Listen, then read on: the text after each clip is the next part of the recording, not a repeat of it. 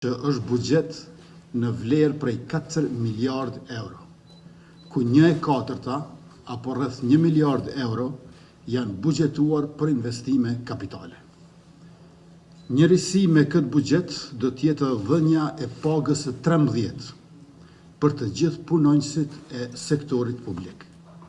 Pra, kushdo që punon së paku 12 muaj në sektorin publik me qeverinë tonë në fund të vitit do të mund ta përfitoj edhe pagën e 13.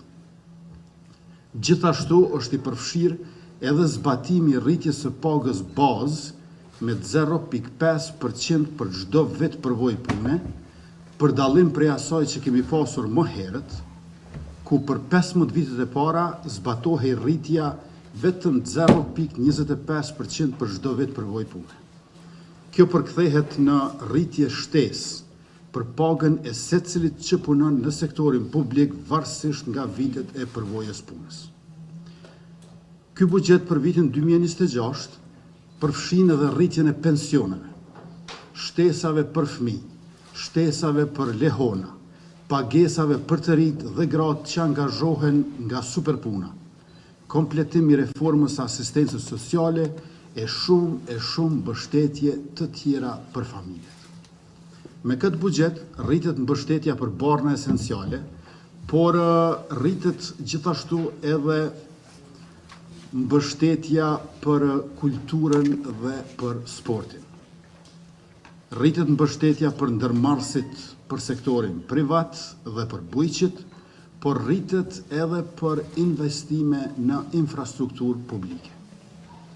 Mirë po, para se gjithash, me këtë buxhet sigurohet qëndrueshmëria dhe vimësia e shtetit tonë dhe e zhvillimit të tij. Përveç rritjes së pagave në sektorin publik, kemi lajm të mirë edhe për sektorin privat, sepse nga Ministria e Financave, Punës dhe Transfereve, kemi propozimin edhe për rritjen e pagës minimale, rritje kjo e cila do të ndikojë rreth 150.000 të punësuar. Ashtu siç ju kam premtuar, sot ka lajme të mira edhe për pensionistët, sepse pensioni minimal nga 120 euro do të bëhet 150 euro, duke filluar nga muaji nëntor i cili fillon nesër. Kjo rritje prek rreth 200.000 pensionistë në kategoritë e pensioneve bazike, ato për personat me aftësi të kufizuara, për të rritur, por edhe për fëmijë, pensionin familjar, si dhe pensionin invalidor të punës. E siç e dini, kam premtuar se do të ketë lajm të mirë edhe për nënat që marrin shtesa të fëmijëve. Nga muaji nëntor, shtesat për të gjithë fëmijët nga 0 deri në 16 vjeç, e që janë rreth 400.000, do të rriten për 50%.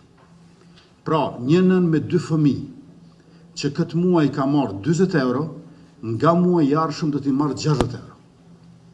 Një nën me 4 fëmijë, që këtë muaj ka marrë 120 euro, nga muaji nëntor do të marrë 180 euro në muaj e kështu me radhë. Megjithëse jemi qeverinë detyrë përmes ligjit për qeverinë, ku vendi ka parapar që edhe në situata të tilla, ku formimi i institucioneve mund të zgjasë më shumë se sa që duhet, shteti vazhdon funksionimin. Konkretisht, paragrafi 5 i nenit 31 të ligjit e parashit që edhe qeveria e cila ka përfunduar mandatin e plot, siç është rasti me ne, mund të propozoj buxhetin vjetor para kuvendit, sikurse që është përcaktuar në paragrafin 2 të këtij neni. Prandaj, sot si qeveri, përveç se po zbatojmë një detyrim ligjor për sa i përket respektimit të afateve për miratim të ligjit buxhetit, gjithashtu po kryejmë obligimin ton si qeveri në detyrë që shteti të mos mbetet pa buxhet. I takon kuvendit dhe të gjithë deputetëve nga të gjitha subjektet politike që këtë buxhet ta miratojnë para se të shkohet në zgjedhje të reja, në mënyrë që të sigurohet vazhdimësia e shtetit dhe të mos ndeshemi me situata ku shteti nuk ka buxhet të miratuar.